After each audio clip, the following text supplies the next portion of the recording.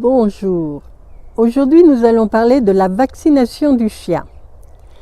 Donc, déjà d'emblée, je vous dis tout de suite que la vaccination, en principe, n'est pas obligatoire, mais, il y a toujours des mais, il peut y avoir des circonstances, comme dans la mesure où votre chien va être en contact avec d'autres chiens, soit parce que vous lui faites faire de l'éducation canine, soit parce qu'il va faire de l'agility, soit il va faire des sorties. Maintenant, ça se fait de plus en plus.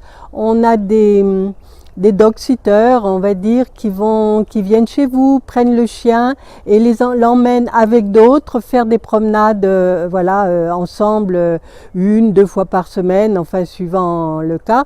Dans ce cas-là, évidemment aussi, on vous demande les vaccinations. Donc là, on a comme vaccination indispensable, c'est la toux de chenille. Puisque justement ils sont en groupe, donc c'est un vaccin qu'on vous demande toujours. Bon, évidemment, malheureusement, le vétérinaire ne fait pas la différence. Enfin, en général, ils achètent le vaccin en total, c'est-à-dire complet. Donc, ils ne recomposent pas ces vaccins. Donc, voilà, en général, en même temps que la toux de chenille, votre chien aura la maladie de Carré, l'hépatite de Rubart, l'hépatite de Rubart, la parvovirose, la leptospirose et la rage. Éventuellement, elle n'est pas forcément associée tout de suite, mais quelquefois, la rage n'est pas forcément associée. Donc, toutes ces maladies, sont utiles. Enfin, bon, après ça, on est d'accord, on est pour ou pas la vaccination, c'est un autre débat.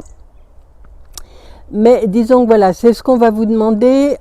Alors, pour la parvovirose, normalement, si le vétérinaire vaccine avec des vaccins qui viennent du laboratoire Merial, la parvovirose est biannuelle. Du moins, c'était comme ça il y a 1 an et demi, 2 ans. Maintenant, donc normalement, moi je recomposais les vaccins, donc j'enlevais la parvovirose 1 fois sur 2. Je la mettais 1 fois sur 2.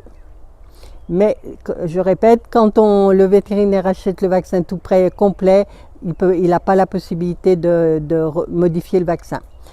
D'autre part, la rage maintenant, tant mieux pour nous, pour des raisons européennes, puisqu'en Allemagne, cela fait déjà plusieurs années qu'ils ont la rage triannuelle. Donc maintenant aussi, la rage est devenue triannuelle en France, c'est-à-dire on vaccine contre la rage 1 fois sur 3, tous les 3 ans.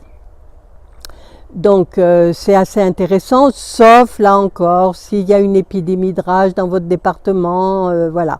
Mais normalement, même pour passer une frontière, votre vaccin contre la rage triannuel est valable pendant 3 ans, donc, et vous avez le droit de traverser les frontières sans problème. Donc ça, la rage est indispensable dès qu'on va à l'étranger, dès qu'on prend un avion. Souvent, on vous le demande dans certaines locations, Souvent, on vous le demande aussi dans des hôtels. Bon, bien qu'on ne vous demande pas souvent les carnets de santé de votre chien. Mais bon, ils sont en droit de vous le demander.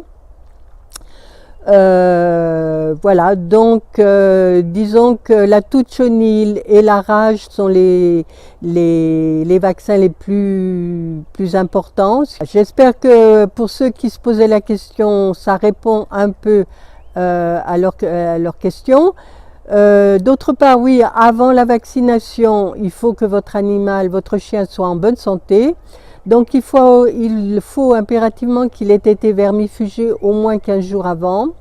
Bon, si ça correspond si c'est 1 mois, mais au moins, disons, si le rappel du vaccin correspond à l'automne et que vous le vermifugez, enfin, vous n'allez pas le revermifuger systématiquement, puisque la vermifugation normalement c'est printemps-automne, 2 fois par an. Et si on veut être puriste, 3 jours avant la nouvelle lune, c'est-à-dire la lune noire qui est sur le calendrier. Et une fois que donc votre chien doit être en bonne santé pour recevoir sa vaccination. Et si vous voulez, avant d'aller chez le véto, vous pouvez la veille lui donner 10 granules de Thuja occidentalis en 9 CH ou une dose. Et vous répétez l'opération le jour, donc le lendemain, une fois qu'il a reçu son vaccin. Ça, c'est pour l'aider à être moins fatigué par le vaccin, parce que souvent on ne se rend pas compte, parce qu'on n'est pas là, lui il est resté à la maison et vous êtes au travail, et il a pu faire une petite fièvre sans que vous en soyez rendu compte. Bon, évidemment, s'il a fait une grosse fièvre, vous risquez de vous en rendre compte puisqu'il va refuser de manger, enfin vous allez le voir évidemment. Mais quelquefois, il y a quand même des petites réactions qui passent inaperçues et qu'il est bon, voilà, d'anticiper. Si vous faites tous les vaccins, il y a une primo-vaccination pour tous les vaccins, donc CHP, PI2, LR, c'est-à-dire on fait un rappel PI2 sans la rage, donc CHP, PI2, L, sont des vaccins qui nécessitent une primo-vaccination, c'est-à-dire qu'un mois après, on fait un rappel. La rage, non, n'a pas de primo-vaccination. Par contre, si vous vaccinez en vue d'un voyage, il faut anticiper un mois avant, il faut qu'il ait reçu son injection contre la rage au moins à un mois avant le départ, avant le voyage. Voilà, j'espère que ce sujet vous aura intéressé. N'hésitez pas à le liker, ça fait toujours plaisir, c'est bon pour le moral. Ensuite, laissez-moi vos commentaires en dessous de cette vidéo et n'hésitez pas également à partager. Et si ça n'est pas encore fait, n'hésitez pas aussi à vous abonner à ma chaîne. Je traite de tous les sujets voilà, que vous pouvez me demander, mais aussi qui sont d'actualité. Voilà, je vous souhaite une très bonne journée et je vous dis à bientôt.